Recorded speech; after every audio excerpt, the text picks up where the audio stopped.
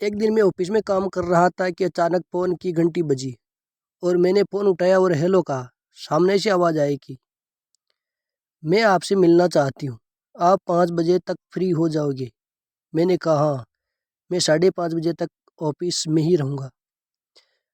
उसने कहा कि मैं 4:45 बजे तक आपके पास आ जाऊँगी। शायद ऐसा पहली बार हुआ है कि कोई लड़की मुझे मिलने आ रही है, पर मैं तो उसे जानता भी नहीं हूँ। शायद ये पल जीवन में पहली बार आ रहा है। तो मैंने जल्दी जल्दी अपना काम निपटाना शुरू कर दिया। वो चपरासी को बुलाया और कुछ पैसे देकर कहा कि 5 बजे 2 ठंडे और कुछ बिस्कुट ले आना। ठीक है साहब, और चपरासी चला गया। थोड़ी देर बाद शर्मा जी कुछ फाइल लेकर आए और कहा कि इन पर साइन कर दीजिए, कुछ पेंडिंग बिल भी है और कुछ पेमेंट भी देनी है। मैंने जल्दी जल्दी में सभी पर साइन कर दिया और कहा कि कोई और भी काम हो तो वह भी जल्दी बता दो। शर्मा जी बोले नहीं, फिलहाल तो यही है बस। मुझे तो बस इंतज़ार था उस पल का जो 4:45 बजे पूरा होगा।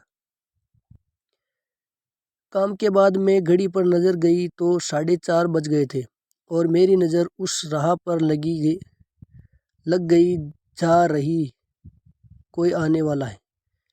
मैं नहीं जानता कि वह कौन है और कैसे है। 4:45 बज गए थे।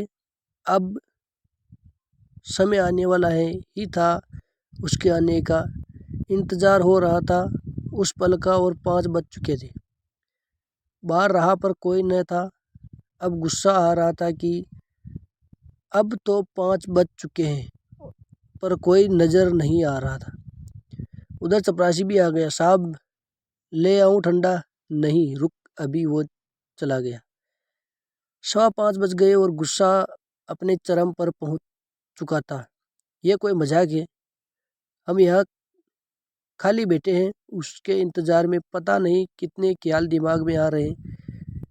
देखा कि सभी लोग ऑफिस से जा रहे थे और मैं सोच रहा था कि अब इंतज़ार से मैं सारी रात यही बैठा रहूं। सीढ़ियों पर कुछ आवाज़ आने लगी। ऐसा लगा कि कोई ऊपर आ रहा है। समय अब 5:30 हो रहा था। सॉरी सर, मैं लेट हो गई। उसकी ओर देखते ही मुझे ऐसा लगा कि पूरी दुनिया में शायद ही कोई उस जैसा हो। मैं तो उसे ही देखता रह गया और गुस्सा तो मानो छू मंत्र हो गया। मैंने उसे बैठने को कहा और ठंडा पीने को कहा और नज़र तो उस चेहरे से हट ही नहीं पा रही थी। बस ऐसा मन कर रहा था कि देखता ही रहूं। पूरे ऑफिस में एक ऐसी सुगंध फैली जा रही थी। मेरा दिमाग ये जानने की कोशिश कर रहा था कि ये कौन से फूल की खुशबू हो सकती है। सर, मैं आपसे इसलिए मिलने आई हूँ कि मैं एक उपन्यास लिख रही हूँ। मैं आप जैसी लेखक तो नहीं हूँ, पर कोशिश कर रही हूँ कि कुछ बेहतर लिख सकूँ। उसमें आपकी कुछ मदद चाहिए। हाँ बिल्कुल, मैं आपकी पूरी सहायता करूँगा। बातों का क्रम आगे बढ़ता गया और मेरी सोच पर पानी फिर गया जब उसने कहा कि मैं शादीशुदा हूँ और एक बच्ची भी। शायद मैं ही गलत ख्याल में डूबा हुआ था। बातें करते करते समय भी बीत गया। अब घड़ी में 7 बज रहे थे। शायद समय भी ज़्यादा हो गया था। इस पर उसने बोला कि अब मुझे चलना चाहिए, काफ़ी देर हो गई। मैंने कहा कि आप कैसे जाओगी? आपको बस स्टैंड तक ड्रॉप कर दूं क्या, या आप चली जाओगी? उसने कहा कि मैं चली जाऊंगी। फिर वो बस स्टैंड की ओर चली गई और मैं भी अपनी उदासी लिए अपने घर की ओर दिया।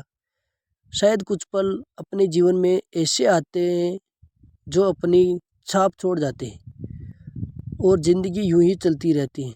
दोस्तों, अगर आपको यह लव कहानी पसंद आई हो तो आगे शेयर करें और चैनल में पहली बार आए हो तो चैनल को सब्सक्राइब जरूर करें।